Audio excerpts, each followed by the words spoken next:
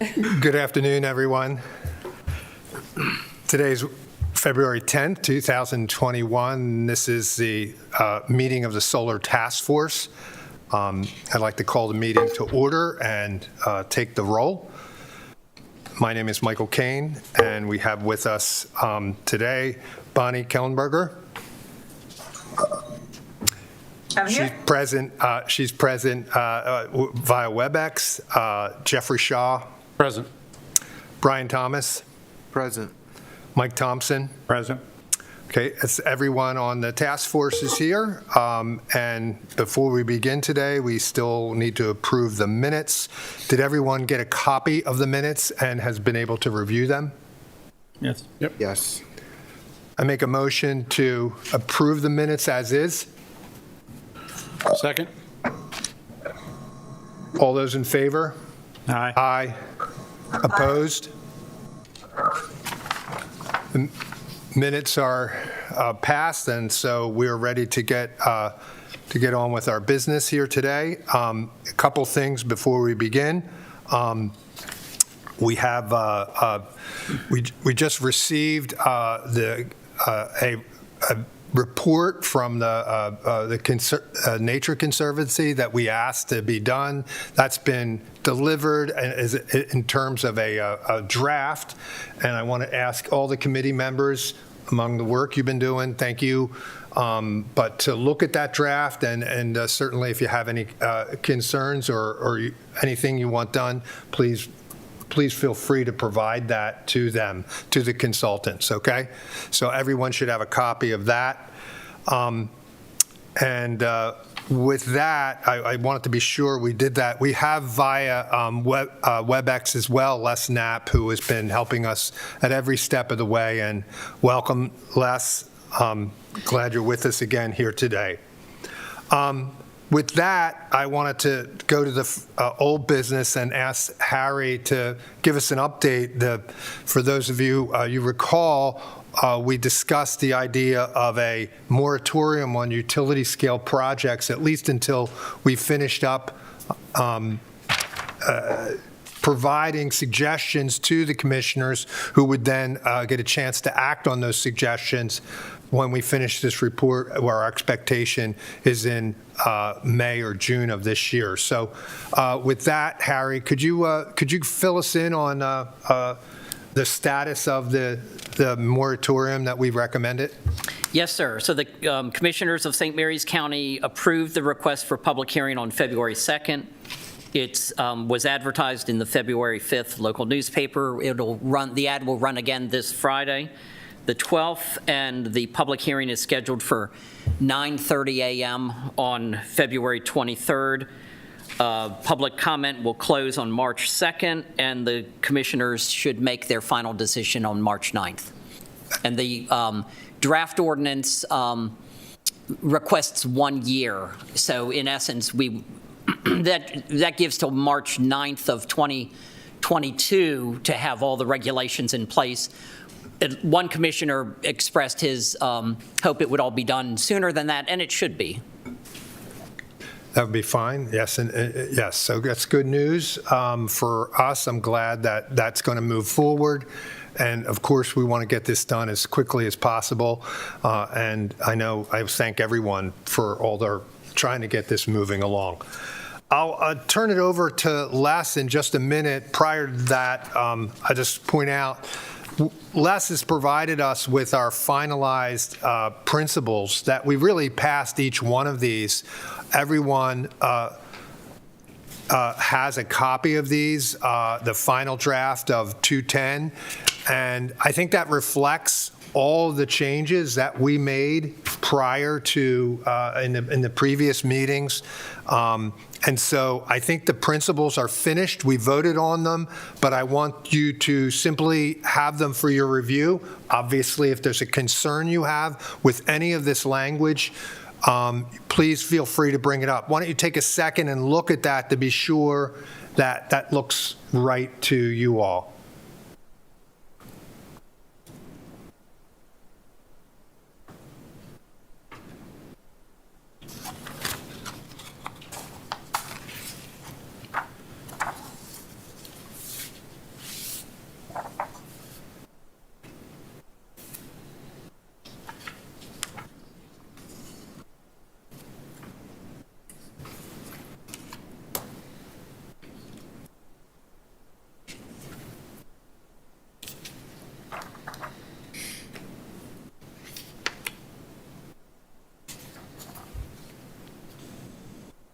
They are the principals. I think they look okay by me.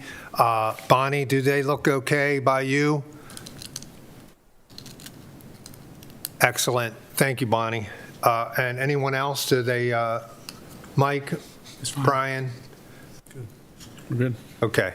So we did pass these previously, so I think the recommendations will be last put into the final report.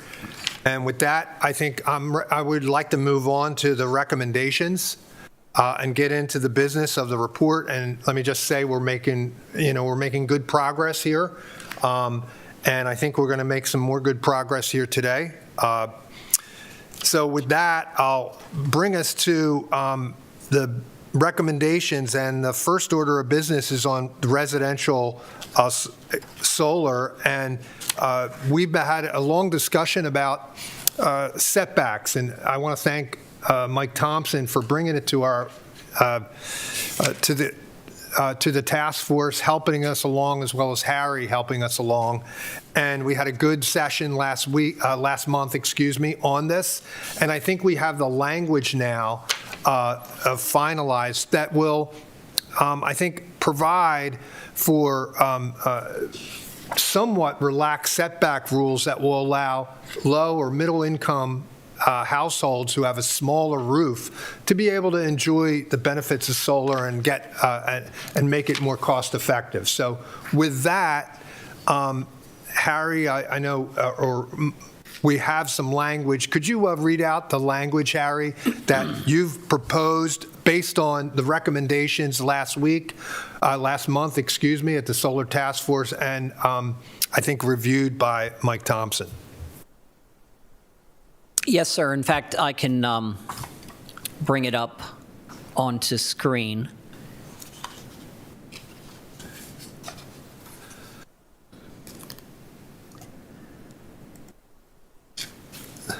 That'd be helpful because I don't know if we have it directly in here. No, it was not in your package. In my package. So yeah, I think that will be helpful.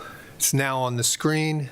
Okay, so the motion on that may be made is that the 1 and 2 family dwelling portion of the St. Mary's County Building Code be amended as follows.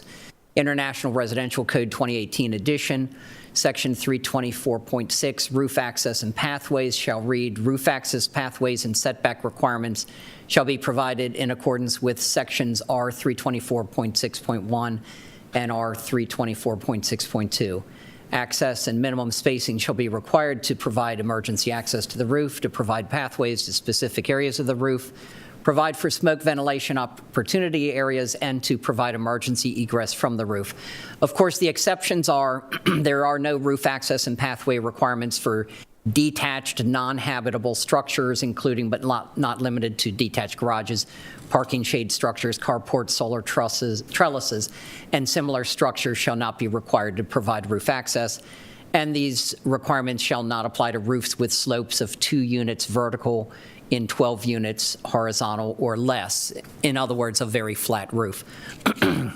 Section R324.6.1, pathways shall read no fewer than 2 pathways, front or back, from lowest roof edge to ridge, and not less than 36 inches wide, shall be provided on all buildings. Pathways shall be over areas capable of supporting firefighters. Accessing the roof, pathways shall be located in areas with minimal obstruction, such as vent pipes, conduit, or mechanical equipment. And Section 324.6.2, setback at ridge, shall read not less than 36-inch clear setback is required on one side of a horizontal ridge. So in essence, one side of the house, the south-facing side, could be entirely covered in solar panels because it's the opposite side that can easily provide the 2 36-inch pathways to the ridge and the full 36 along the ridge. And just to clarify, that's what we heard last month, that would be perfectly acceptable to the fire department. And so this is... Yeah, we heard from the St. Mary's County Fire Board representative as well as the Office of State Fire Marshal representative, and they both concurred with this proposal. Does anyone have a question on this? I'm good. I move to insert this language into the final report as read by Mr. Harry Knight and is indicated in the sections, the International Residential Code as written that we see here. Second? Second. All those in favor? Aye. Aye. Opposed?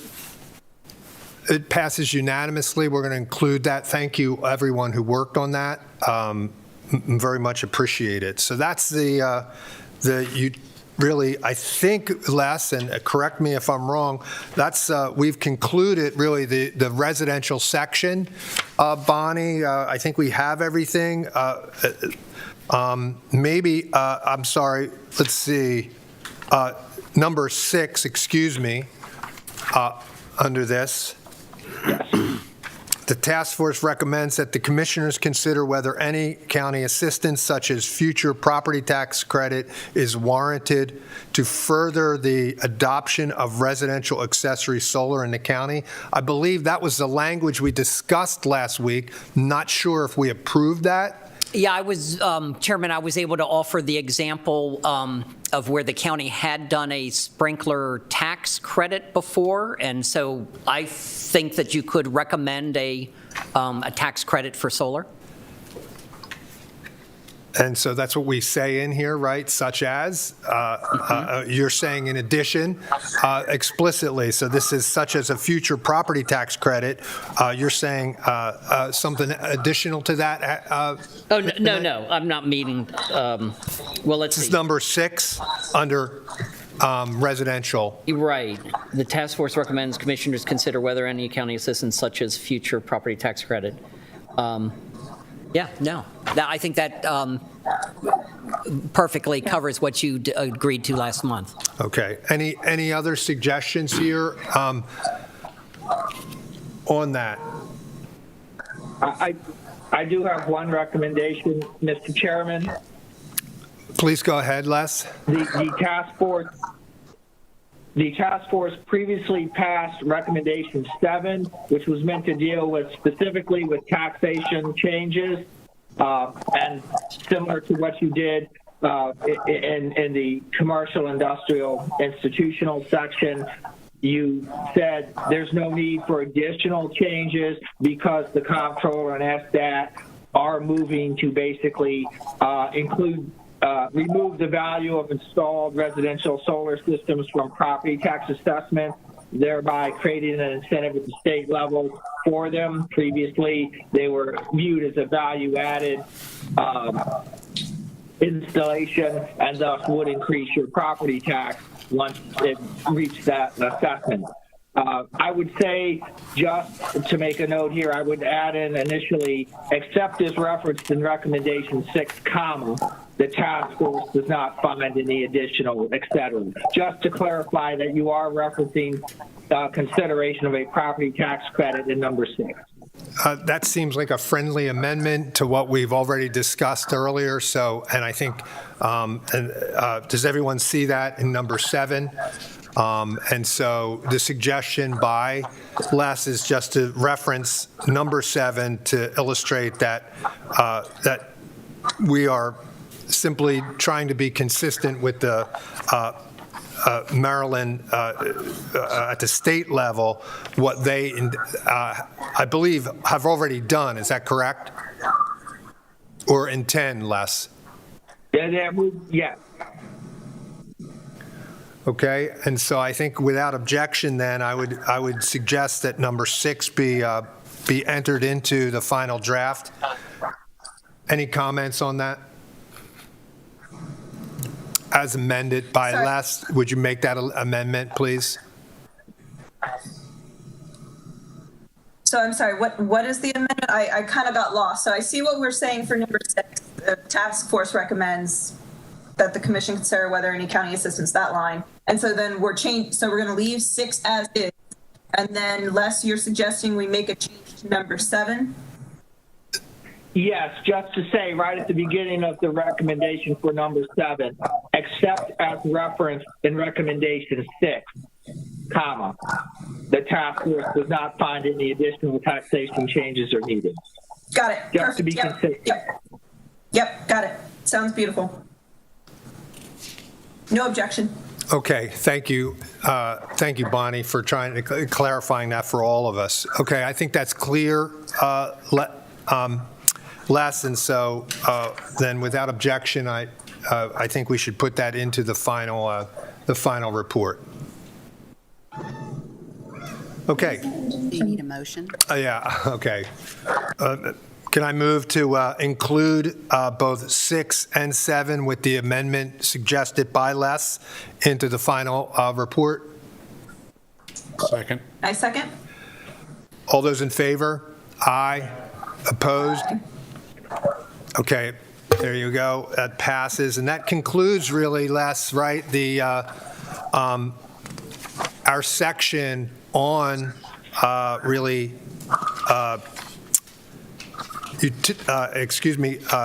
residential, and I think we've concluded that section now, and you have all the recommended changes for that section. So we've gone through all that. And the next section that we discussed previously was commercial, industrial, and institutional. There was really no changes to that we recommended. We've gone through all of that, and that brings us really to community solar. And I'll let you, I think I don't know if we agreed on this, but the definition of community solar we've discussed before. If you just want to touch on that so that everyone's familiar and why you just cited it as you did, Les, could you do that, please? Certainly. So, my understanding is last meeting the task force did adopt this definition of community solar, basically simply referencing what is in state law for community solar energy generating systems.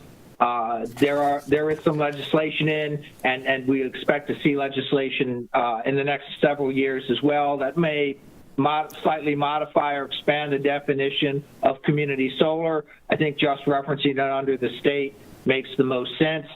Basically, it has to be a net metering that meets the community solar definition that is generally accepted, where you have an aggregator that brings together different solar panels and sells to a particular group of people pretty much directly. So this is not going out as a general commercial sale on the grid. This is targeted to a specific user set that has to be within the same grid area as the solar panels. And almost anybody can be an aggregator, from individuals to a business entity to a local government or a nonprofit. Okay, and again, this is all under 2 megawatts. Yeah. Thank you. That is the cap currently. It is possible in the future that could be updated. That's correct, and that's why we reference the Maryland code here so that it would change. And is that best described as maximum 2 megawatts or less than 2? Maximum. Maximum. So with that, I'll just remind the committee, the task force, we got to this point and we needed additional guidance, I think, on a couple of the things that we're going to discuss here. For example, zoning on where this should be allowed, some considerations there, some considerations on any special exceptions or conditional use that we need to consider, and then finally, setback requirements and screening requirements. So with that, I'll hand it over to, I think, Harry, you were going to say a few words about this. And Les, is there anything you want to add before we give that to Harry to go over some of these suggestions? The only thing I will briefly mention is that currently the Public Service Commission is undertaking a rulemaking process that may alter how a utility scale solar system has to go through the local zoning process, where basically they would have to have a meeting with the local government at some point in time that is to be determined, and that there would be some time period for the local government to review the proposed project and then submit to the PSC whether or not they believe it is consistent with the local zoning and why. But they would not, what a solar developer would not have to do is go through necessarily and apply for a special exception or a conditional use and go through the normal process that other projects would have to go through. I'm just raising that at the moment, so as you consider community solar, which is fully subject to local zoning, so you can certainly require conditional usage, permitted usage, or a special exception process, would apply to community solar, but I do raise that just as I think there's a lot of similarities between how you want to treat community solar as well as the larger utility scale projects. And just again to clarify, Les, utility scale solar, as we're defining it, is anything above 2 megawatts. And so utility scale is above 2 megawatts, and community is below 2 megawatts or up to that threshold. So thanks for that clarification and recommending that. I'll turn it over now to you, Harry Knight, to go through some of these things for us and give us additional perspectives that I think we really would benefit by.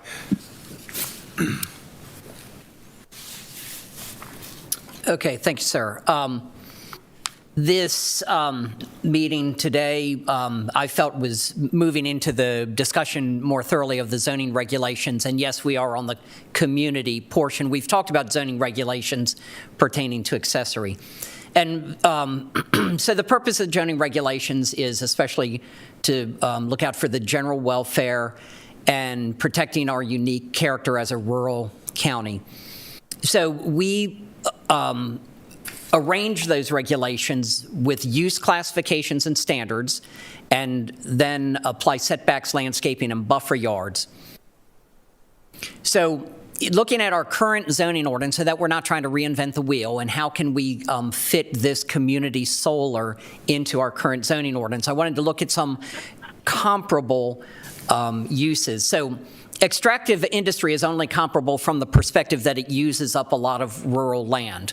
And so food for thought, we allow up to 5 acres of extractive industry without a conditional use. That's permitted by right. You can strip, mine up to 5 acres as a permitted use. It is subject to certain standards. More than 5 acres requires a conditional use, which means now you need to go to a public hearing and invite all the neighbors of the property to come. Then we have transportation, communication, and utility use classifications, which when the utility scale project that prompted the creation of your task force came, we had no better classification to put it under than utility major, which is a conditional use. Notice utility minor is a permitted use. So extractive industry is considered a high intensity use, and I think that makes sense. There's bulldozers, backhoes, dump trucks, a lot of noise, dust, a lot of activity. Utility major is also considered a high use. However, I personally have to question why a water reservoir would be considered a high use. It seems like a rather benign body of water, so this utility major just is an amalgamation of large utility type uses, and they've all been lumped together as high. Now, utility minor, you see, is listed as a low, and community solar is an entirely different use than any of those named. The one thing that caught my eye when I was going over this again is that we do have this mention of something small, brownfield, other category, small. And can Les, maybe he's the best expert on this, is this just another flavor of community solar they were talking about here? This so-called small maximum 500 kilowatt? Les, if you can't answer it, I can. Oh, great. go ahead. Okay, thinking back to last month when Franny was here and she walked us through, when they divided out the community solar, there was the different distinct buckets that are allowed to be developed under community solar. That moniker you have there, small brownfield, that is one category under community solar. They had the, call it the regular, and then they had the low to moderate income bucket as well. So each category got an area of allotment of a certain amount of megawatts that are allowed to be developed underneath of the category. So when you have the ultimate title of community solar, underneath where the other different categories all roll up into community solar. So you just got to be careful if we're going to start breaking things out into these other distinct buckets. And I'm not suggesting the need to break it out, but I had a need to understand what we were talking about here. Does that help? It certainly does. So it is still a flavor of community solar. It is, and it's one of the areas that the state within policy wanted to drive development into. That's why they set apart 30% of the allotment of the megawatts within the state that they want to drive this category to be developed. Very good. So,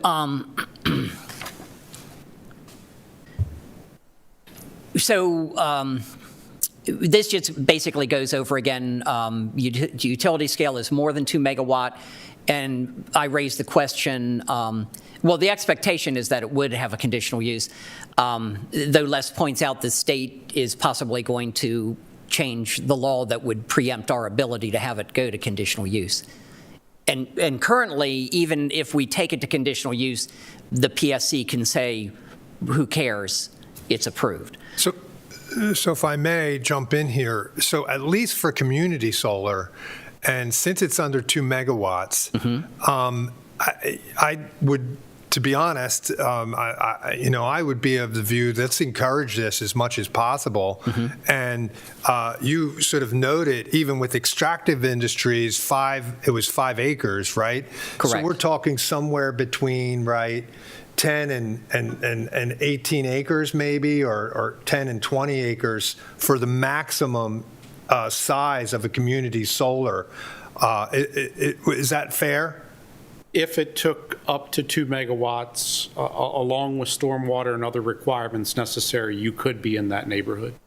So, my sense is it's not as invasive, so to speak, or as extractive industries.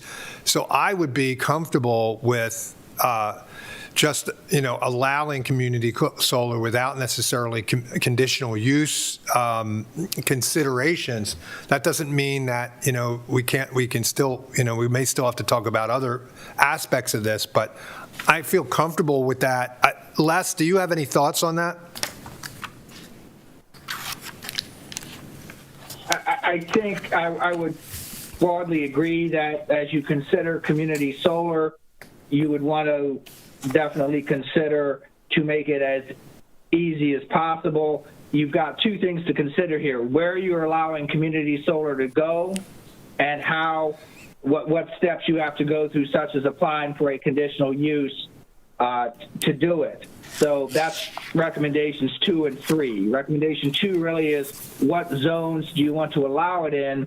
Recommendation 3 would be within those zones, what do you want to make the developer have to go through?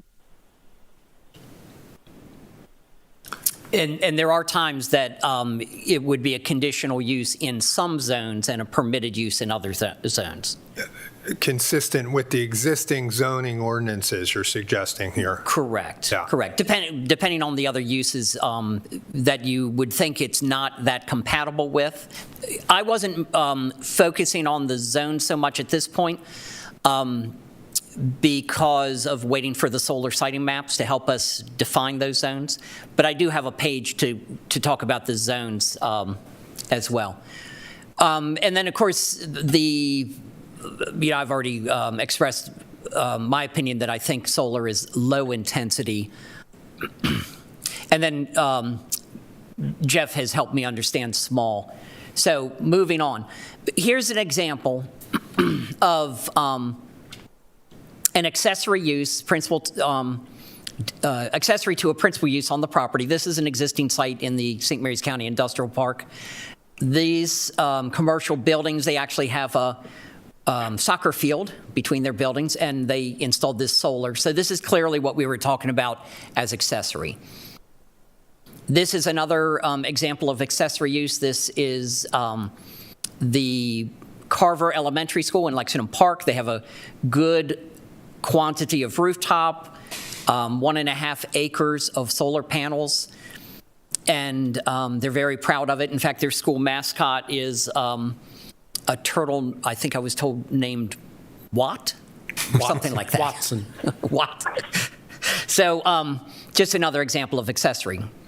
So then we grow in size, right? And so this is the borrowed from the community solar presentation we had.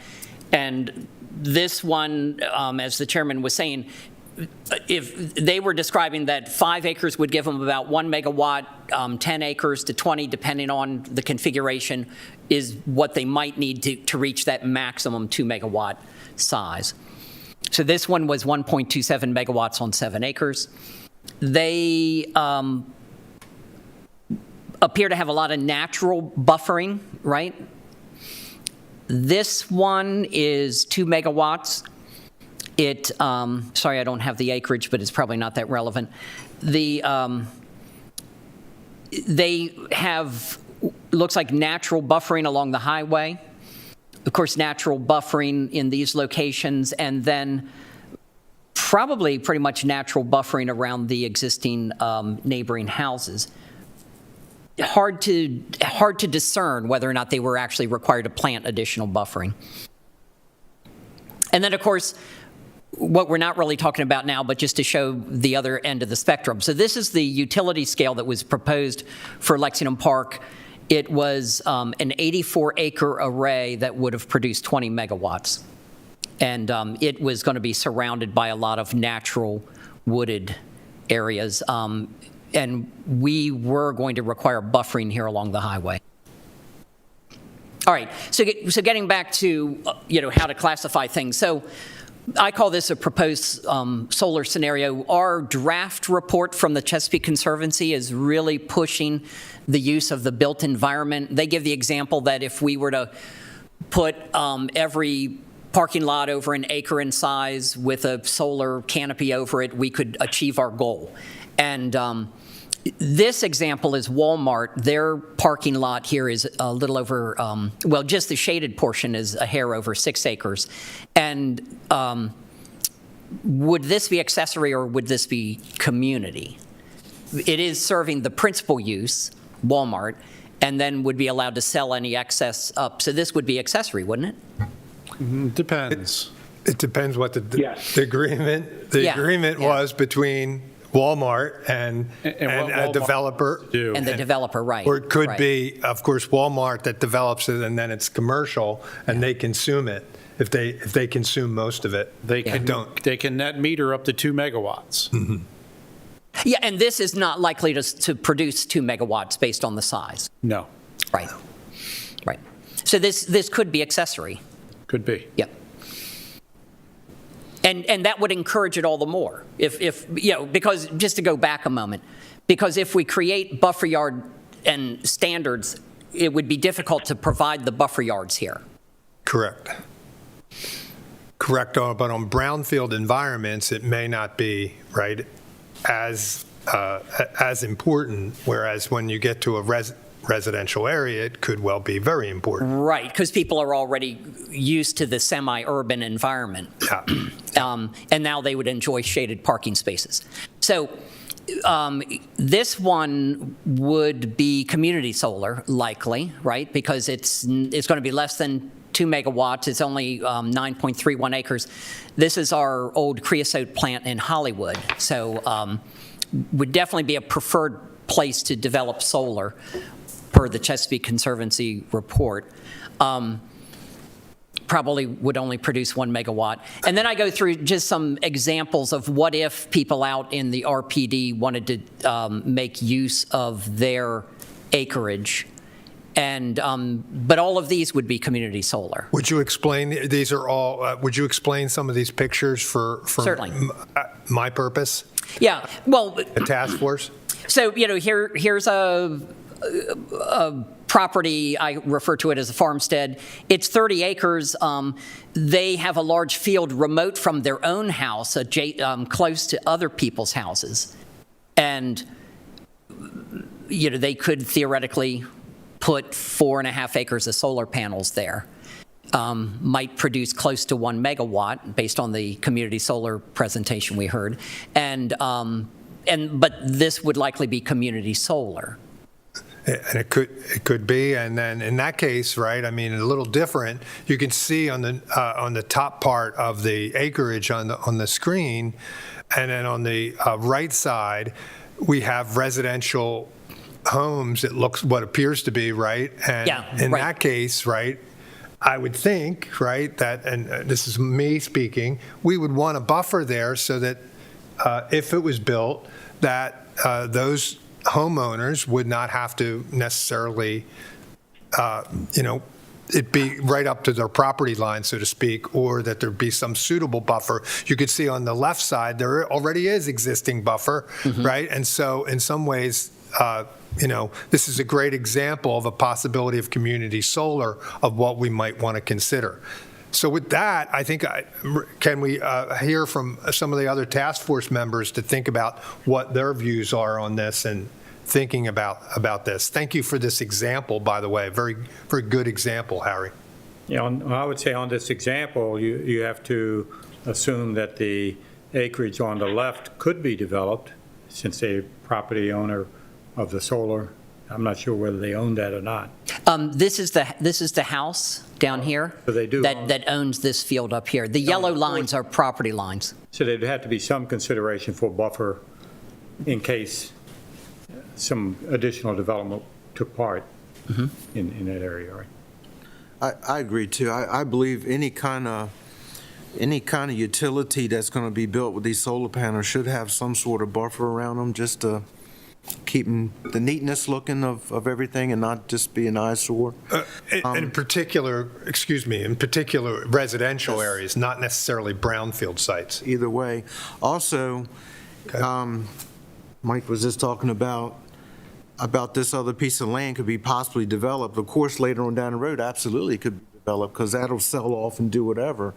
I think it's to be something always put in there, no matter what's done, it should be a certain amount of buffer always has to be around it, no matter what happens to that around it. So something to think about also. Okay, so another example, these are getting larger as they go. So this is a farmer who owns multiple parcels, so he happens to have this one big field straddling his own property lines, and this one gets us up to 7.81 acres.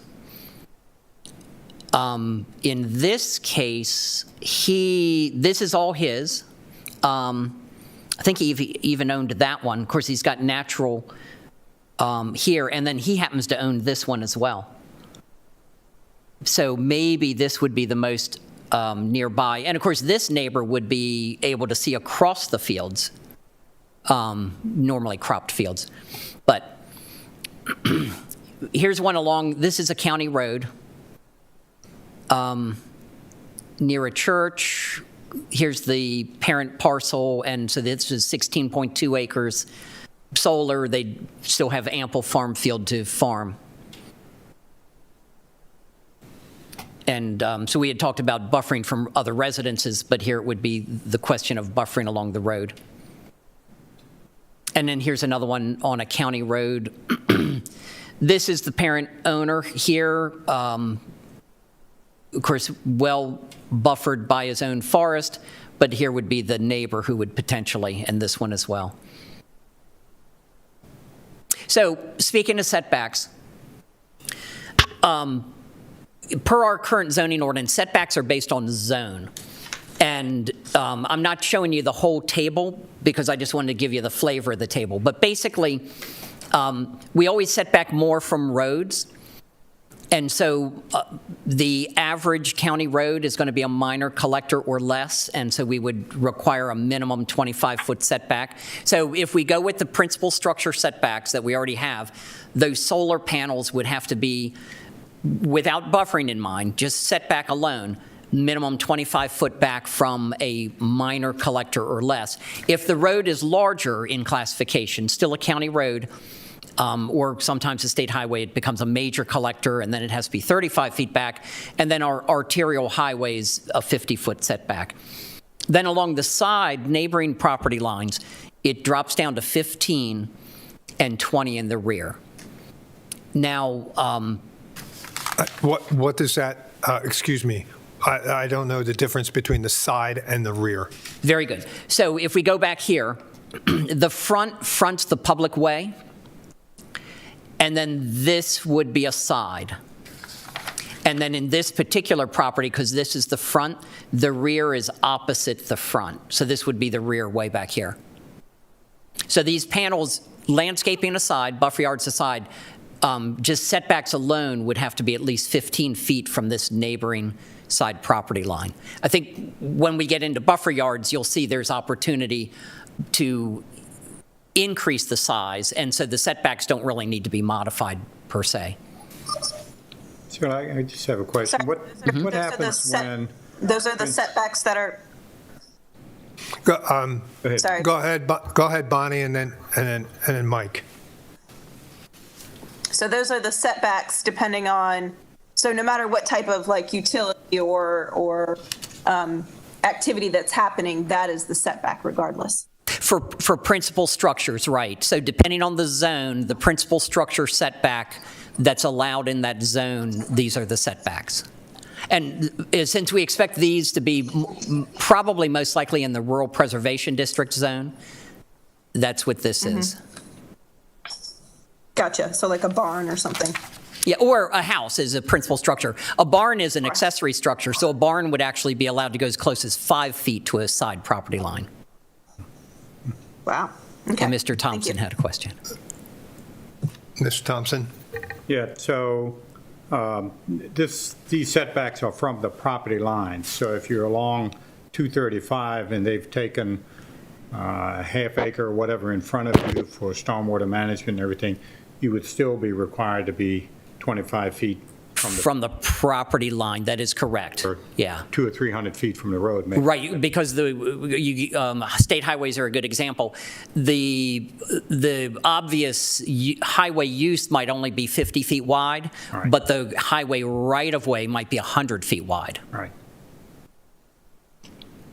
Okay, so the purpose of landscaping and buffer yards is to promote attractive development and especially eliminate or minimize conflicts between potentially incompatible but otherwise permitted uses on adjoining lots. And so that, this mentions it could be a combination of setbacks and visual buffers or barriers. So once again, landscaping is based on zones, and notice in the RPD we have no minimum landscaping. I guess probably because in the RPD where there's more room, people have a tendency to do a lot of landscaping on their own. We also have a lot of forest, a lot of farm fields, so there's not a lack of landscaping in the RPD zone. Can I follow that up with a question, Mr. Knight? And so in the RPD district, you showed us some examples of that, but it's possible that there could be a few acres that back up to a residential property, right? Correct. The residential property is not zoned differently, right? It's still in the Probably not, probably yeah, not. and so in that case, right, it does seem, at least to my mind, that we would want some kind of buffering even in rural preservation districts if this was larger and there was a house nearby. And that's consistent, I think, with what Brian was sort of suggesting as well. Yeah. And because the task force did talk last month about Plant materials, so this is what our current ordinance says about plant materials, shall be designed for energy efficiency and drought tolerance, adaptability and relationship to environment, habitat value, color, form, and pattern, ability to provide shade, soil retention, fire resistance, et cetera, and must meet American Association nurseryman specifications for number 1 grade. So we don't go as far as saying native species. Right. Okay, so buffer yards. So the use intensity and determination of a required buffer yard. So this example that I'm showing you here is the proposed use. And so here's our 2 utility uses, and one is low and one is high. And then depending what you're up against, so now it's not the zoning you're adjoining, it's the use you're adjoining. So in theory, if I had solar panels as a low-intensity use, community solar, next to an agricultural use, I would need no buffer yard. If I am up against a house, I need a B buffer yard. A high-intensity residential would be like an apartment building, so it's still a B buffer yard. This would be some public, semi-public is like government buildings or schools. Could be a church. So that's an A buffer yard, and you'll see the differences in buffer yards. Commercial is A. Industrial, we don't feel like we have to protect the industrial uses from other uses. It kind of goes the other way. We have to protect other uses from industrial uses. And then we get the same thing with utilities, transportation. We don't have to buffer yard from ourselves. And then marine is like industrial use. All right, so then if we move on. So here's what the different buffer yard types are, and this is the chart, talks about the types of trees and all, but I'm going to move on because, and so the one has the option of a berm or a fence. In my experience hearing people ask for buffer yards, where they really like fences is where the use next door is going to have automobile traffic, because fences do a great job of blocking headlights at night. Otherwise, a fence doesn't hide the building, right? The building's always taller than the fence. But if there's going to be, I don't want those headlights streaming, and of course a solar facility is not going to bring that type of traffic. So when you see on this one shrubs for 10, 22, and 27, what is that? That's the quantity per 100 linear feet. So it doesn't tell us how high or anything like that it is. No, we do have that specified, and I don't think I brought that page. Well, I don't think I built it in here. I may have the page with me. But anyway, now to show you more of an illustration. So here's the type A buffer, and it's not considered big enough to protect the residents, but it is big enough to protect the public, semi-public, and commercial. It's only 15 feet wide. So on that side yard setback, it would actually fit within that side yard setback. And this gives you the appearance of how that gets spread out. So there's the quantity of trees and shrubs here on the side. And this is them actually in the illustration. For every 100 feet of length, that's what you would plant. Okay, so then we would move on. So the residents under this use would be entitled to a B buffer yard. And so the B buffer yard, see how that suddenly jumps up to 65? So that 15-foot setback has suddenly almost quintupled. And the quantity of planting goes up because, of course, there's more room to plant it in. But sometimes the buffer is just having the space set it back away from me versus trying to completely obscure the view. And then the most intense buffer. Could I ask a question before Sure. we move on? And not to get too much into the weeds, but Harry, when you're looking at solar facilities, they're not going to want to do your canopy trees that you're having in your examples here? Yes. Because of shading coefficients? Yes. Is there a substitution in lieu of with the other plant material?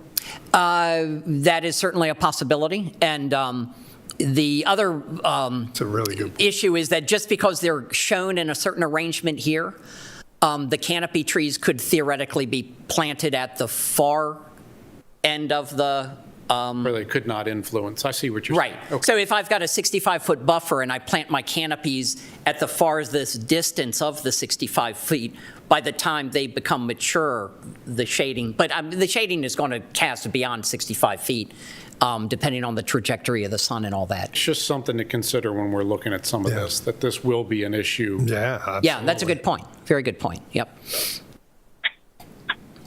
And then the last example, type C buffer. So not as deep, it's only 30 feet, but very intensely planted. And then this is the one that requires a fence. Now, with these two utility uses, the only time we require the C buffer is high-intensity utility adjacent to residential, and then down here, marine, if it was next to low-intensity marine. But it's actually smaller distance, right? 30 Correct, half the size of the previous one. Yeah. Well, a little less than half, 30 versus 65. And I can tell you, all solar developers that we have conversation with will want fencing, whether you require it or not. Right, and they're going to, like, that's the norm, isn't it? Or the industry standard, they want a security fence, right? They do. Yeah, they want a fence that eliminates possible pedestrian traffic and or pilfering of their valuable goods that they've installed, yeah. Vandalism, you're right. Yeah, right. So, and to look for a fence to be a visual barrier, I mean, would you want them to put the slats in their chain link fence or replace, but. We haven't had so many to get down that road yet, but no. Yeah. I mean, I haven't seen that because Right. I'm typically talking utility scale, and we're talking mile of fence. That gets expensive if you're putting the slats in the fencing. Right. So they're going to install a fence for security purposes. They will, Most likely going to be a chain link fence. typically. And I'm not advocating a fence. Again, I think fences serve well to block headlights. I don't, and they block pedestrian traffic. That's the only other time I hear people advocating for fences is they allege that the business next door is going to bring a bad element, and they want a fence to block the pedestrian traffic of the bad element. I think when you have landscaping, even though in the winter some of it loses its leaves, it still it breaks it up. You're looking through all these separate things in the layers that break up the visual aspect of what's beyond it. So the other consideration is along scenic corridors. We have certain roads that are scenic corridors, and these would have to be established along them. So this names the roads. And the main thing is that along a scenic corridor, the removal of existing prominent tree stands, woodlands, outcroppings, historic landscapes shall be avoided. And so this is really the main thing that would have to be taken into account if they propose to put a community solar along a scenic corridor. And Right. that is that.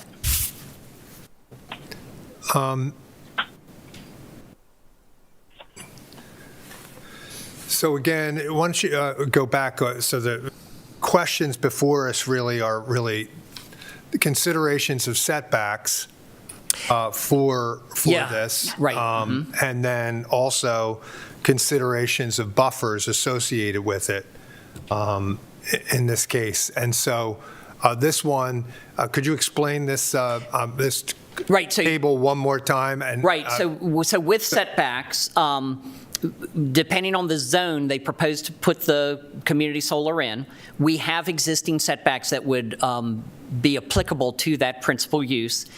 It's a minimum 25 feet from the public road or private right-of-way, and it increases to 35 and 50 depending on the classification of the road up to arterial highways.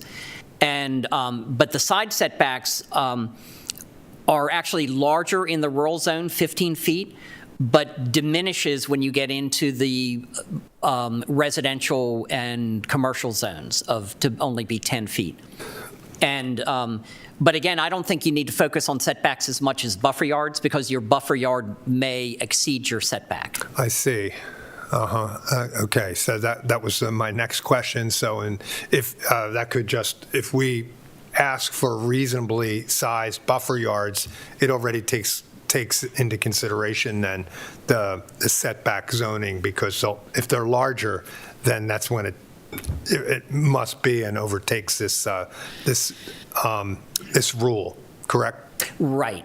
Right. So the one example of where this setback would overrule is that if you went with the utilities, the utility use, community solar, Yep. low intensity, along an arterial, and used our current buffer yard table, a buffer yard is not required along a right-of-way, and so it would simply be the 50-foot setback from the state highway right-of-way. And does anyone have a thought of that on that? I mean, I think, and if you could go back to one of the examples that you had, I think they're going to help me for certain, but perhaps other task force members to sort of visualize some of the possibilities here.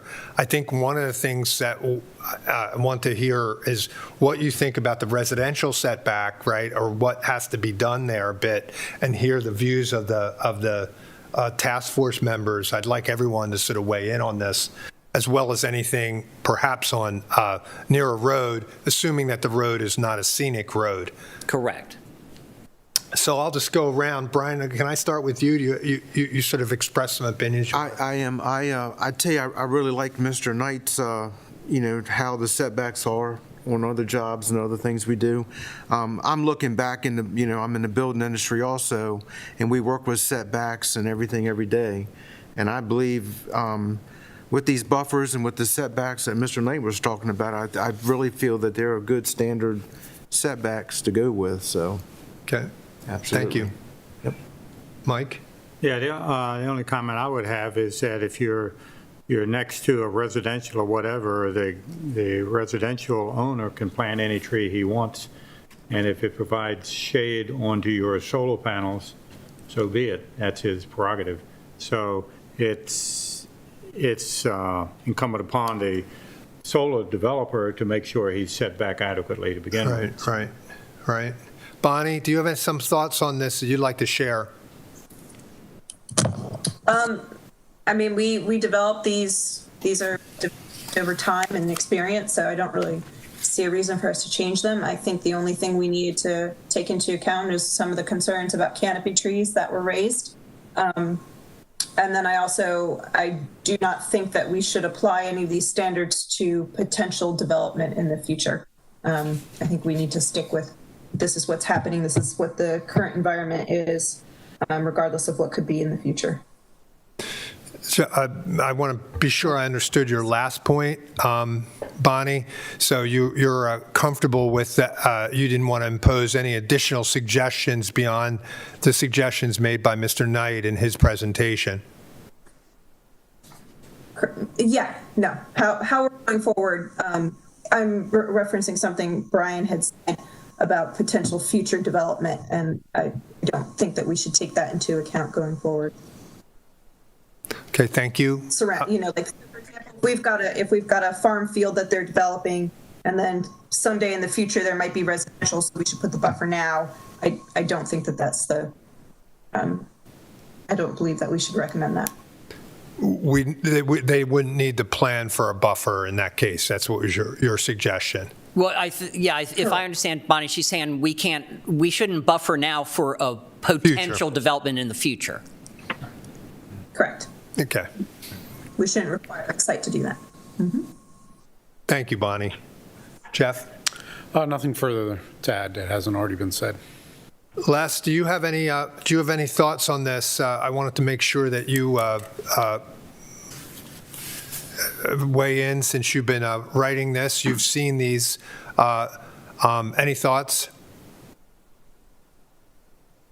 So I think Mr. Knight's proposals are very reasonable with the setbacks. and the chart showing what you have, I think those are very reasonable. I would definitely also recommend on the landscaping, the way it is broken down and exists in the current zoning ordinance, it would make sense, I think, to apply that, not reinvent the wheel on. Definitely take into account the canopy tree issue. If you get things that are too big, you will run into problems. And definitely making sure that for the scenic corridors in the county, that are noted on the one slide, that those get the protections. That also is reasonable. And these approaches, I think, mirror a lot of what some of the other counties have done with the specificity. So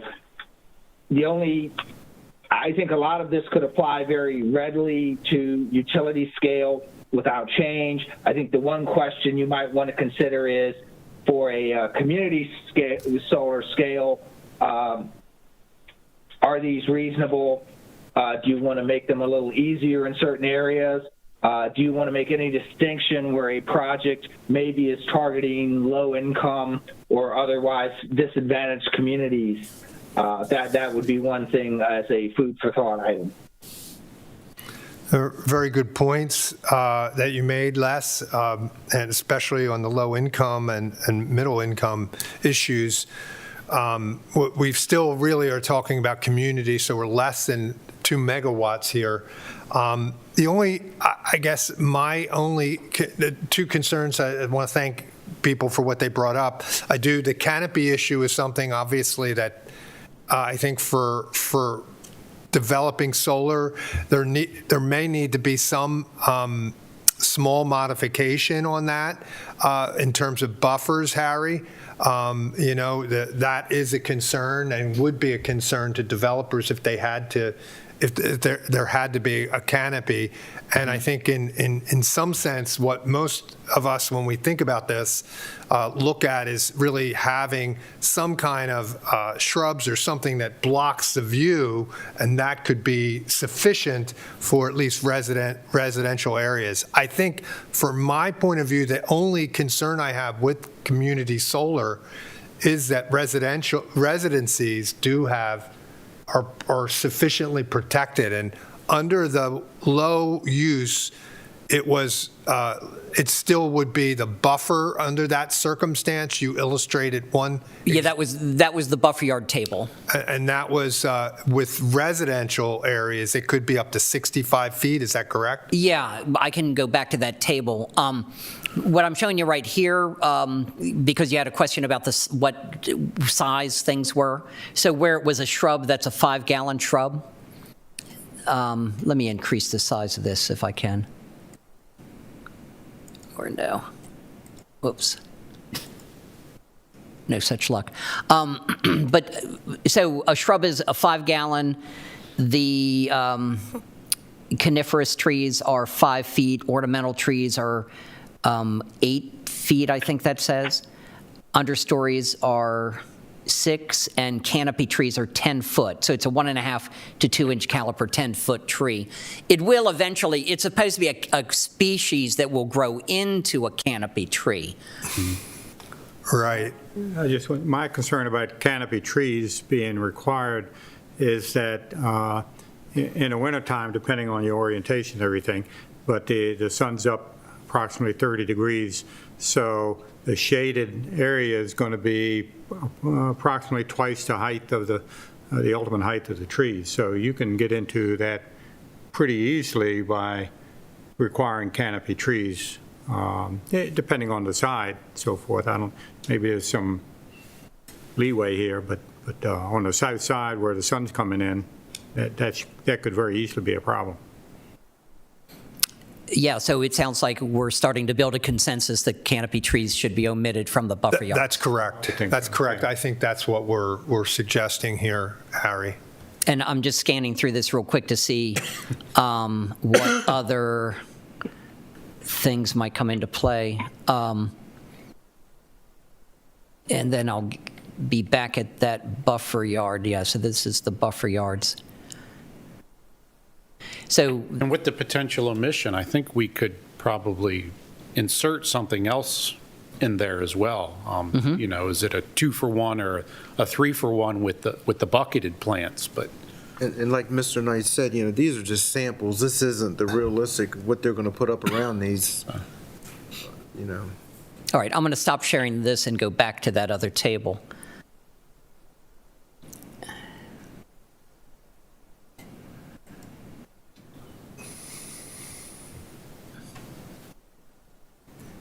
So I think this was the best one to show. So here's the residential. And that would be the low intensity, so that would really Low would be inten- substituting in there community solar at this point. oh, sorry to interrupt, but No, that's okay, and I just saw, you know, just back. And then so B is the 65, right, is 65-foot buffer, is that right, correct? Right, but maybe that's not appropriate for community solar. Right, I think, So- I think people should weigh in on that. But that, so elsewhere, the buffers are much smaller with industrial, commercial. If you had a community solar next to commercial or industrial, there's no real issues there. But if it's next to a residential, there needs to be, according to this, as we're stating, up to, if it's B, right, it's 65. Is that correct? Or is it? Right, and actually, I just want to hold you on that one thing you just said. So if it was in commercial or semi-public, is the task force comfortable with this A buffer adjacent to those uses?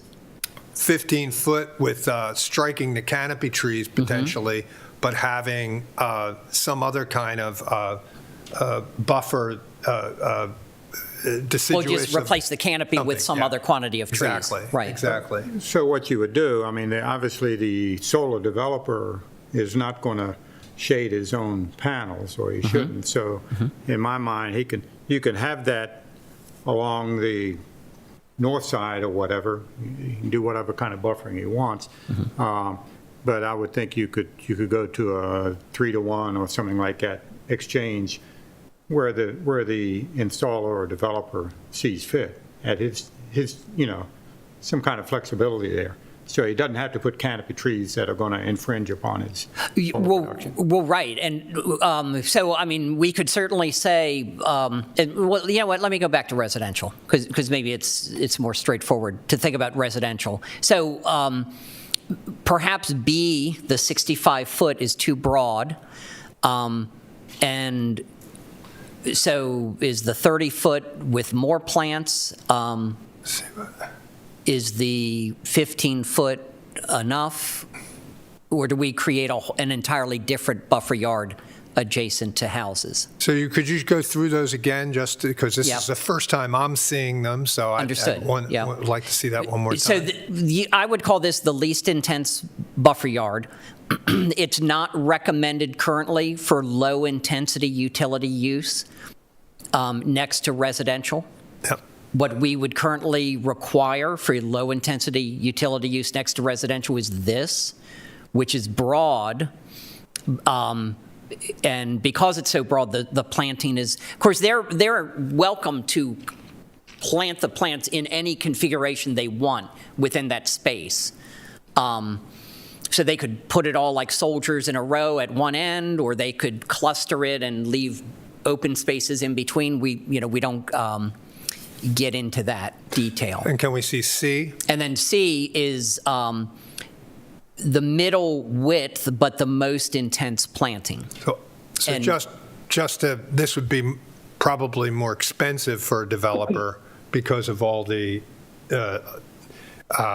intensity of the trees and shrubs that are going to need to be put in. But it's a lower, less threshold or Real estate. buffer. Yeah, and this is what the county would currently require next to a power generating station, Yeah. next to a sewage treatment plant. Right. Are the developers ever allowed to choose between B and C? Well, it's not unusual to have variances on buffers. So we recently approved a new commercial development on a corner lot in a village center. And because of the size of the property, in order to fit the convenience store and the gas canopies, they were required to have this 65-foot buffer along the highway, and it would not give them room to put everything they wanted. So they got a variance, which requires a public hearing, to reduce the 65-foot down to roughly 19 feet. All the same number of trees and shrubs crammed into 1/3 space. But of course, our goal is to try to arrive at a regulation that people don't have to keep varying. If you find the right regulation, people are comfortable with it and it works. If you have to keep varying the regulation, you need to fix your regulation. Yeah, and I think with this, and I'll just express my personal opinion as a member of the task force. I'm comfortable with B for residential areas, omitting the canopy trees, but the 65-foot seems like a lot to me. But I'm comfortable with the 65-foot if that's other members are comfortable with that. So whereas I think the C is much more intense, it'll be a lot more expensive for community solar to be put in. So I'd prefer that we did not that. But I do like the idea under B that if we could shorten that length, that would be somewhat preferable. Well, I guess 65. That's so. I guess it's. I always have to think of, a football field to measure distances. So that's about 20 yards, right? And from a property line, that may be sufficient. And so it may be okay by me as well. Anyone, any thoughts on the amount on this buffer being acceptable to them for residential if we put a community solar and recommend it community solar in some of the examples that Harry showed us, with one side being perhaps residential? So you bring up a good point, because I think, and this was one of the things that we've discussed and I think we need to be careful when we're talking buffers, is that we've discussed infill, right, of trying to put some of these, and actually Harry, in talking about, where we're making variances on property, and my thought is, well, maybe that wasn't the right property for that particular use if we're having to do that much of a variance, but neither here nor there. So I think what we talked about as well is that with solar in particular, we're trying to put this in places that doesn't require us taking prime farmland or trees or anything of special value. And so infill is always a good option. And when you're doing infill type of activities, we may not have an ideal situation of where we can do, exactly 65-foot buffer, because that's now defeated the purpose of putting that kind of use into a property. Anyone else have thoughts on that? So, you're expressing concerns on the 65-foot recommendation as well, especially if it was, for example, you're saying put in a place where it was somewhat residential. Is that your suggestion?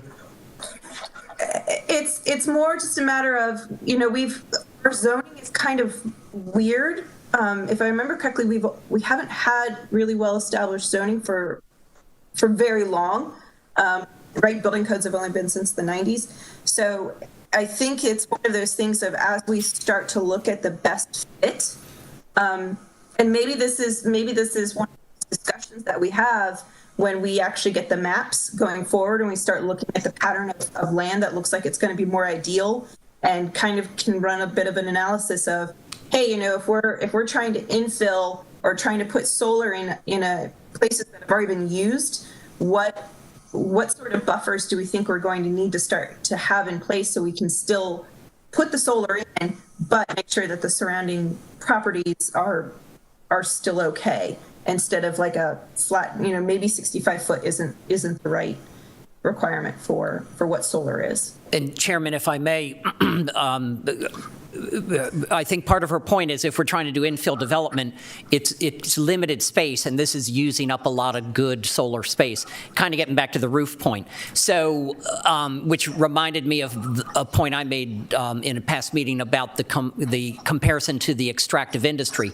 We tried to have huge buffer yards for mining because we thought we had to protect the adjacent properties from all that high-intensity use. And the state said, well, guess what? The state minimum setback for mining is 25 feet. And so we can ask for more at the conditional use hearing, but they've actually already have a mining permit from the state that authorized 25 feet. So, and it's the same thought of if they had a 65-foot buffer yard, they're losing all that valuable gravel under there. And so I think it's a point well made. 65 it's like the roof issue. It's using up a lot of good solar space. Yeah, and this would just be, of course, next to a residential area. That was your proposal, that Yeah, only next to residences. So that's, I think, I mean, the issue really for me here is, what is sufficient, generally speaking, to protect residencies from a community solar up to 2 megawatts, and what would be sort of acceptable and recommend to the commissioners on what that should be. So we have everything in front of us. This is Les. Go ahead, Les. I can offer just a couple of other counties what their requirements are for both community and utility scale. Most counties don't make any differentiation. I'll give you two extremes. Worcester, for instance, requires that their vegetative buffer be at least 6 feet in width. So that's on the low end, obviously. If the solar panels are located within 500 feet of any property zoned residential. Queen Anne's, on the other hand, has a more aggressive requirement of a mixed vegetated buffer that's at least 50 feet wide around the perimeter of the site area. All counties basically that require vegetative buffers do allow that. This obviously is within the setback requirement. They can overlap, and that you can use existing on-site vegetation that is there. So 65 feet does seem a little wide looking at how other counties approach and require that, even for utility scale. Right, and that was sort of my point. We'll still need the buffer there, but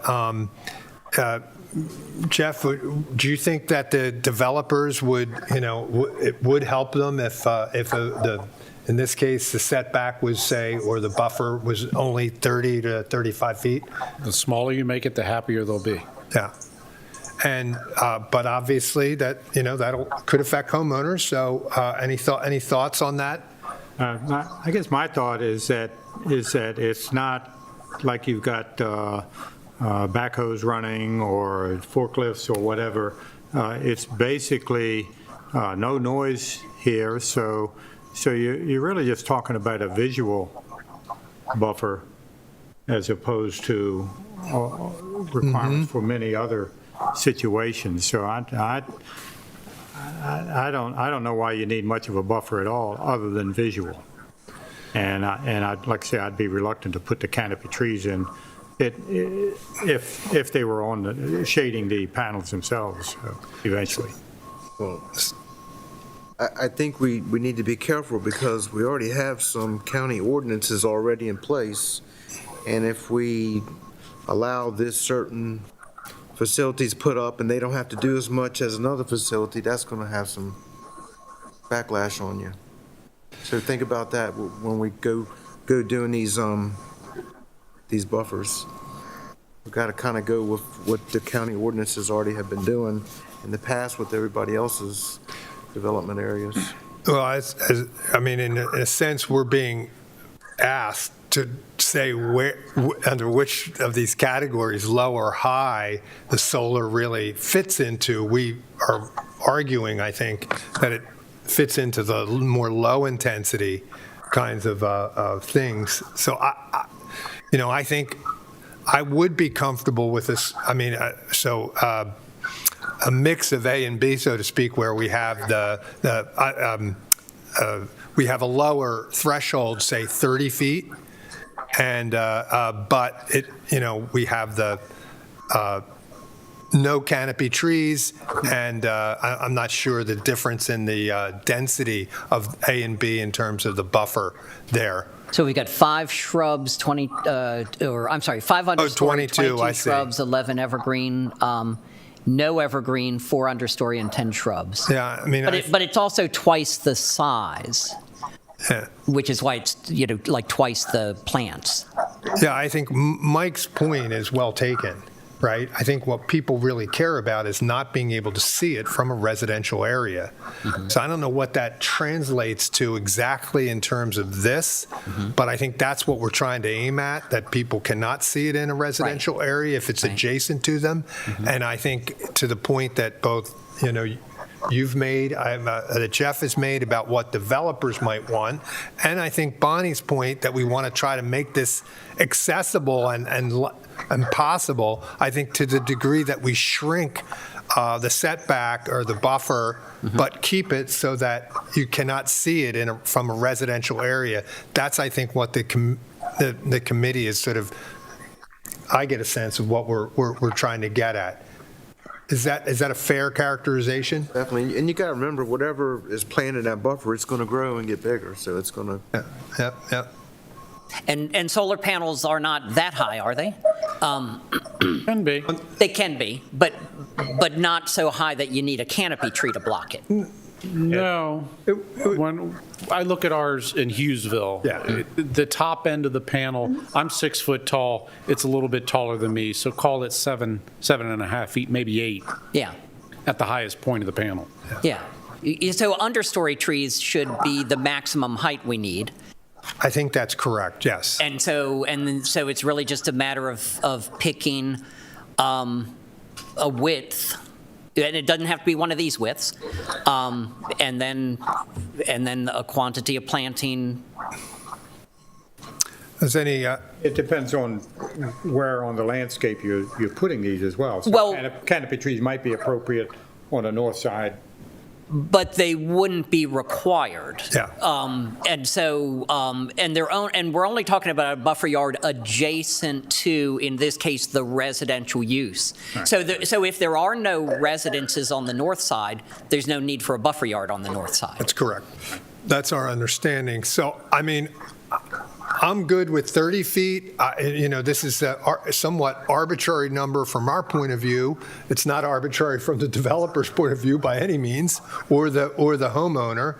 But I think that, I'd like to hear, would you prefer 15 feet or 30 feet? I think we agreed that 65 feet seems excessive.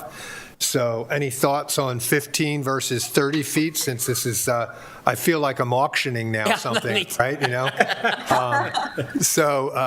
Any thoughts on 15 versus 30? If you just, Bonnie or anyone jump in? Yeah, I feel like anywhere between 25 and 30 feet is going to be sufficient enough for what we're doing here. Mike? It's about the width of this room. So That's about 30 feet, right? 30, right? I'd buy that. That's a whole lot, yeah. All right. So Bonnie? So the other question is right, so you're going to have equipment that goes around these guys so that they're going to have a gap between where the solar panels are going to be up until wherever the buffer is. So you're also going to be, you're going to have, there's going to be a gap between the panels and whatever you set up as the canopy requirement or the landscaping requirement as well. So you're already going to have a gap, right? Because I'm thinking of the Hughesville, right? There's a gap between the end of the panels and the fence, right, Jeff? That's correct. How much gap do you have there anyway? Or do you build in maintenance of the panels? Typically, when we're looking at designing, it's the width of a mower. So we can get the guy around Okay. the side, go right down the side of the fence and not hit a panel. So that's not even that. So That's six- not even that. 6 So foot. that's the width, like Here's the 6 foot. So having, because Yeah, because I'm looking through like these pictures and stuff. So you're already going to have 6 feet already there. You're going to have probably just a general. I think I'm actually I'd say like the. making out a buffer yard here, maybe. I was getting ready to say, is somebody digging something and putting there, or are they plants already? Go ahead, Bonnie. So you were thinking out loud here. You already said, so you got 6 feet probably to the fence, and then another 30 feet to the property line of the residential area. Yeah, so you're already going to have a fence. Isn't going to stop the visual, but it's going to provide that security piece. So you've already got 6 feet there between the actual solar panels themselves and the fence. And so really the next question then is how much buffer do you need in between the fence and the property line? And then what are the setbacks for property on there for people to build their homes on their property? The side yard setback is 15 feet in the rural zone. Okay, so in the rural zone, it's only 15 feet. So, I mean, if you did, I'm just trying to visualize what that would look like. I don't know, 20 feet, I guess. Like, so then you'd have a total of 26 between the panels and then the property line. And then you'd have another 15 feet between the property line and the residency. So you end up with a total of almost 50 feet in between the solar panels and the property, or the solar panels and the next adjacent structure. If the adjacent structure was at the minimum setback, yes. Yeah. So you almost end up at that 50 feet if you go with like 20. So your proposal is really a smaller setback than the 30 that we've discussed. So you said 20 feet is something that you think should be proposed with like a type A buffer, but not having the canopy trees. Is that a fair, is that kind of what you're thinking? Yeah. So that's, in a way, a combined use again. So I think 20, is 20, 25, what are we thinking? I could go as low as 20. Okay, I think that's, I can live with that as well, all right? The buffer being a type A buffer, is that acceptable to people? Yep. Okay, so we Type would. works for me. And again, I think, Harry, what our thinking here is, and you've heard all this, is where the buffer needs to be high enough to be just a little bit taller than Jeff, actually, so we can make that the standard if you like.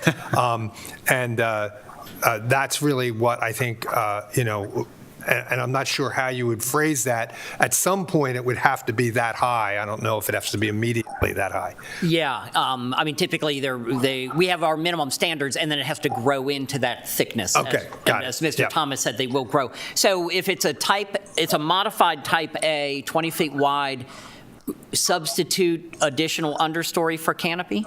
I think so. Yeah, I think that would be so good. So a mid-canopy, add understory. And then just to show you how it might turn out, so if we go back to this table, it would just wind up having a footnote down here to explain that it's a modification. We'd wind up probably just putting a footnote down here explaining. And so the way it would look on this table is it would be, imagine an A footnote 8. Okay. Or perhaps a proposed use, couldn't it be on a row, solar, right? Oh, well, right. It'll be Yeah. a different use. It'll be community solar, Yeah. and it would be against residential lower high. An A footnote 8 would clarify no canopy, substitute and reduce the size to To 20 20 feet. Or Okay. increase the size to 20 Okay, feet. so Because the A was 15. So, very good. If we, go ahead, Mike. Just one point, just wanted to make, this would not apply to individual residential. No, because those are accessory, and those are permitted uses, and those have no special solar standards. I just wanted to make that clear. Okay. It's just community, and these would be, and Right. what we're thinking here is a developer who's developing something larger, right? Or at least in my mind, right? Some of these pictures, several acres, and so this would be required. So the standard would be when it's backed up against residential areas, 20 feet with sufficient barriers so that the residencies cannot see the solar panels. So I think if we could put that into the language less in and for next time, we'll just sort of vote on it once we see the finalized language. And I think we can use that language for the community solar for what we've been working on right here was really, I think, the setback and screening requirements were covered, correct? Yes, sir. On that, and we did not really, where allowed, and then conditional use, I'm not sure if we sort of, covered all that, but I didn't see, not sure what these, obviously, you talked about that in the beginning when you talked about different zoning areas, right? Here's the use table I brought. Whoops. I didn't put it in the PowerPoint, but there. So, yeah, if you want to talk about uses in zones. So these are all the zones we have. And across the top here. Yep. And we then have these overlay zones. This is the aircraft overlay zone associated with the Navy base. Critical area. Harry, I'm sorry, could you please shift that to the, for some reason, it's not showing up on my big screen here. Oh, I'm sorry. Let me I stop. can't see that. Let me stop sharing and try to grab it again. So if I say share. Is it in your presentation? Oh, is it in your presentation? It is not in the PowerPoint. Okay. Yeah. Yeah, I could not, for some reason, I could not see it. Try again. I mean, maybe we've answered this, Harry, and I'm making it too complicated, so excuse me if I am. I mean, we did really want community solar to be put in agricultural, residential, commercial, or industrial, that was going to be permissible, I believe, in any of those. We dealt with the residential area just because if it backed up against a residential area, we needed a special considerations on setbacks and buffers. So maybe I'm I'm making this more complex than it is, that we don't need to really see these because these are not really, as you know, invasive in the sense of, with tractors and a lot of things. Right. So it's just a structure of sorts, right? Right. So just to show you how we deal with our utility major versus utility minor. So again, we considered the utility scale solar to be a conditional use in the RPD zone. Notice it was not allowed currently. If we didn't have this task force creating new regulations, utility scale solar is not allowed in most zones, and it would only be allowed as a conditional use in these 5 zones. Now, if we equate community solar to a utility minor, which is what we were doing, talking about buffer yards, it's permitted in all zones. And that's acceptable to me. If it's, do any of the other task force members have any thoughts about that? No? Just knowing what we heard from the military, are we? Yeah. That's taken into consideration? Yes, indeed, absolutely. Well, So- because when we create the zoning overlay map, which if what I wonder if we might do is create another column over here that would be the solar overlay. And that's where it would show the not allowed. And by the same token, like if we had, see how we have utility minor here, is allowed in the APZ subject to these footnotes, and APZ2 subject to these footnotes. Well, if community solar was just flat out not allowed in the APZ, we would exclude it. Which is APZ. Is the accident potential zone around the Navy base. But we want to be broader than the accident potential zone Yeah, because the that's Navy wants us to. That's right. That's right. So I think this is, you're exactly right. This is, I mean, something that we always want to consider the base, as you've suggested. And we've all agreed that we do not want solar going up in any way that conflicts with the concerns that the base has.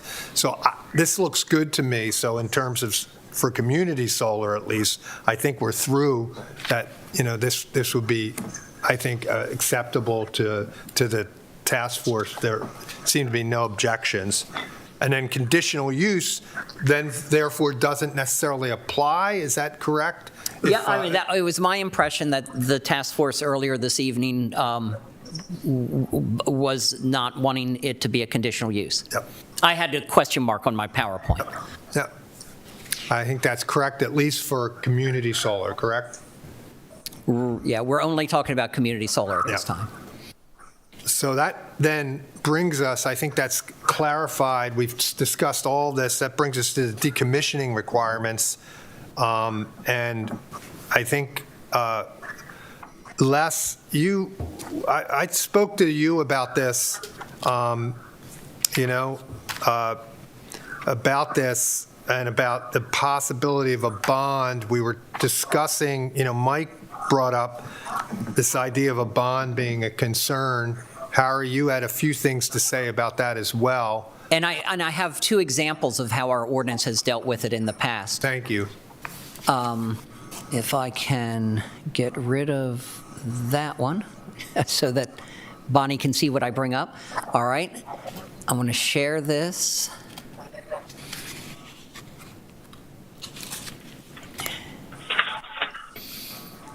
So, which one is this?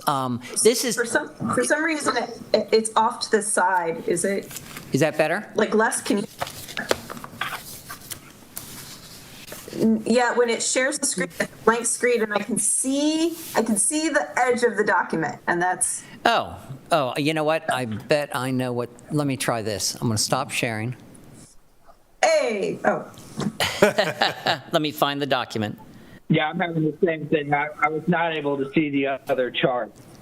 oh. I'm sorry. Let me bring this up. This is my problem. I didn't have it centered on the screen. I Okay. think Yep, that's there we going to go. fix it. Okay. It was there. Better? Yeah, perfect. Okay. So this is what we have for telecommunication towers. So all obsolete or unused facilities, including buildings, towers, all other improvements associated with the tower shall automatically be deemed abandoned upon 24 months continuous cessation and shall be removed at such time without cost to the county. Applicant shall provide a bond, letter of credit, or other appropriate surety at time of approval as approved by the county to cover the cost for demolition of the facility and site restoration. So that's our version where we require a bond. And I would say the history is, over 20 years ago when telecommunication towers were new, we weren't sure if they were going to stick around. Isn't that funny? And so we felt we had to be prepared for all these obsolete telecommunication towers. But this is a lesser animal. This is small wind energy system, so in essence, a wind turbine. And what we did here, these would be on private property and serving just the house. So this is a much smaller thing than a telecommunication tower. But here we said any small wind energy system found to be abandoned or unsafe shall be repaired, removed. A small wind energy system fails to operate for more than 12 months shall be deemed to be abandoned. No bond, and I still feel that if the county, we do have a blight ordinance now, and if we felt something was blight, we could actually, and we do this, we go to court and order the property owner to resolve it. And in the case of a house, they are ordered to tear it down. So just the last thing I would say on that subject is just that my experience after monitoring tower removal bonds for over 20 years, it's just an annoying chore. If the county needs to have an abandoned solar facility eradicated 25 years from now, I think we'll have the lawful power to do it without holding a bond. And to me, making them post this bond is them having to take more out-of-pocket costs and tie it up in a way.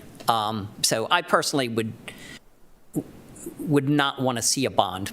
I think you're making a very good point, especially about that the county would still have means or mechanisms if it constituted a blight to have it removed. So, and the maintenance requirements, you're right, or more onerous would be another obstacle to putting community solar. So, I think your recommendation is one that I share as well. And so, if without objection on the committee, if we could sort of suggest, at least for community solar, that there be no bond posted, and that we use the language that perhaps you showed us in the second one, to adapt that a bit for a community solar, I'd be comfortable with that. Bonnie, since we can't see you, any thoughts on that?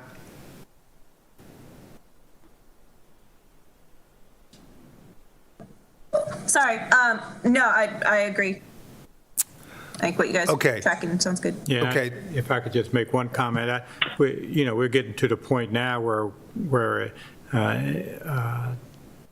panels installed 10 years ago, I know I've gone through little cost studies to see if they're worth replacing with a better panel. Right. And I think you'll probably see at least one generation, if not more, of these panels after 20 years being replaced with better panels. So you're talking 40 years. I'm not sure that's appropriate for a bond and those complications. Okay, so I think we have thank you very much, Mike, and thank you, Bonnie. I think we have agreement on this, and to be honest, I also think, like the towers, it very well likely will be reused after this period of time. So I think that kind of concludes then the decommissioning requirements. Well, and Chairman, actually, just before you close that, I wanted to clarify. So this first one talks about shall be removed at no cost to the county, and then maybe just strike the bond part. So this is the tower language versus the this think, language. I'm sorry. Yeah, the second one. I'll bring the second one up so that everyone can see it. This language was much softer. Just says shall be repaired or removed per the building code official. Personally, I think the first paragraph was better if we just take the bond part away. And if we're going to change that, I would make the amendment from 24 months down to 12.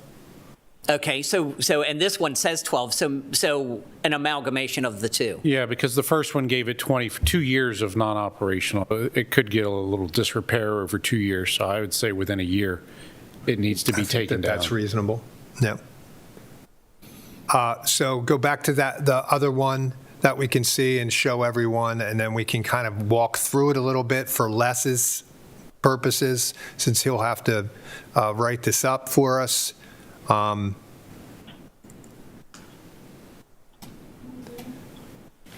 So,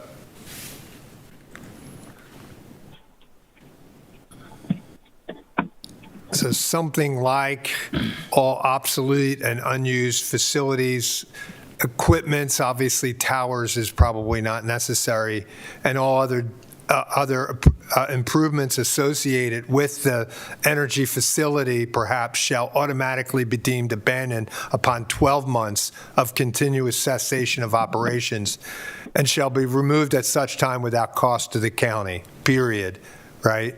And I think then we would sort of talk about something, I don't know if we want to say, and site restoration as well. I'm not sure we want to put that in. But I think that gives the flavor of what we're suggesting. Is that enough guidance, Les, for you? That is, and I think the 1 year time frame for a solar facility is very reasonable and in line with what many other counties require. Even for utility scale, many counties give less than a year, but I think a year is fair if you're considering taking the land back to where it was. Okay. Which you would probably want to have, especially in an agricultural setting. If it is on agricultural land, you do want that restoration piece in there. Yes, and that's, okay. I think we agree on that, and so please put that language in. Les? Then we have, if I may, does that answer your questions, Les? Yes, it does. I took a photo of the language Harry put up. I've got the 1 year, and I can make the modifications to convert it from cell towers to solar. Excellent. Thank you very much, Harry. We have one other additional one under the community, which is really, that was tabled, and that's other requirements, and we have the new language, I think, that Harry provided. Community solar system, number 7, should not unreasonably restrict or limit a historical or scenic viewshed. The commissioner should also consider whether to require a community solar project submit to the county an operation and maintenance agreement for stormwater management and vegetation upkeep. The agreement, again, perhaps includes a bond or financial agreement acceptable to the county. Is there bonds, Harry, that typically go with stormwater management and vegetation upkeep? There's bonds to guarantee proper construction, and then once it's properly constructed, the bond is released. There is a requirement for an inspection and maintenance agreement to be recorded, and therefore grants the county inspectors the right of entry onto the property to do maintenance inspections from that point forward. And we're actually obligated under state law to do maintenance inspections every 3 years on stormwater facilities. Any concerns about that, with the exception of, so, and in this case, right, the bond is less onerous because it would be released eventually. Right, when it passes inspection and is deemed ready for service, the bond is released. Yeah. So that's a construction bond, not a maintenance bond. I think I'm good with that language. Is everyone else good with that language for the community solar? I mean, that's a standard that's a standard bond that's applied to any sort of development, correct? Exactly. So I Yeah, think we're all yeah. good with that, right? Yep. And then I think 8, 9, and 10 are good. Potential incentives for brownfield or grayfield development. And the tax incentives, anything, I don't think we had anything new on potential incentives for brownfield or grayfield development, except did we say, Harry, I thought we, excuse me, Les, I thought we said that the county should consider, right? Was that with the, that was with, I think, with residential, we said the task force recommends that commissioners consider any county assistance is warranted to further the adoption, and we could say of community solar in the county. So we could make a recommendation, again, to the commissioners that they consider incentives for brownfield or grayfield. We could, yeah, I mean, or infill development as well. Where appropriate. Yes, that is recommendation 6 under the residential That's section. That's And correct. We could just take that over and bring it up. That's correct.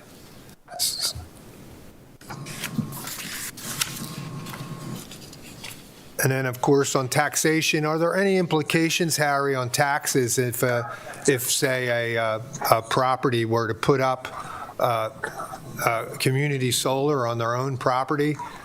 Would that affect the assessments? That could change their tax assessment. A good example would be, we have rural residential properties who are engaging in certain, well, the most common that's talked about in the news is wedding venue business, and now that it's a business of a certain scope, quantity, size, the tax assessor is actually assessing them commercially. So I think this goes back to the buckets again, and maybe certainly if this was principally used for low-income and middle-income people and community solar, and that was really, that's what the goal was, it would seem like, taxing them for that, doing that would not be, I think, consistent with community solar. And then I think the other issue is on brownfields and grayfields. We would not want any, and I'm not sure how if it would apply, but again, we would want to encourage this. So I do think we want some language in here that provides some suggestions on taxation that, would waive any kind of, some of the increasing value that might be associated with putting this on. Any thoughts on that before we end? We don't have to do that. We don't have to finish this one. We're running out of time, and it's just important, this consideration. We don't want it to have necessarily negative implications for the county, but we also want to encourage it as well for the community solar to allow it. It is, in my mind, a commercial operation, though, so you're generating revenue, you're generating power, so Yep. I think it would have to fall under that, Yep. unless I was explained otherwise. I know it may be hard for you to weigh in on this, Jeff, but No, it's not. I just don't know if Les has seen anything else, somewhere else in the state that has addressed this. I'm not aware of anything. Les, No, I'm not aware of anything specifically targeting low-income properties where they're your customers. Some other counties for utility scale, and you may want to consider this for community, do allow for pilot programs, payment in lieu of taxes. Others might reduce the personal property tax that's charged for the equipment, the panels, or other business property for these types of projects. So there is some flexibility, and the task force might want to recommend that the county consider allowing for a pilot or something else, and that gives some flexibility to say we'll given your customer base, if it's an economically disadvantaged community, maybe we'll allow a pilot, and maybe we'll give you a better rate than if you were to pay your normal property taxes. I think that's a good suggestion, and perhaps you can think about that. I'm going to recommend that we table this since we're running out of time today, and we revisit this at our next meeting and finish the utility scale. I think we've done really good work today thinking about this. This is not we're doing a lot of, I think, very useful work, hopefully, for the commissioners so that they can better understand some of the complexities here that we've gone through. Bonnie, Les, thank you. Les, I know you have some report. Could we, on some of the changes going on in Annapolis, could we table that to next meeting? Yes. Okay. If there's no other business, I move to adjourn. I second. All in favor? Aye. I think this meeting is adjourned. Thank you, everyone, for your contributions today.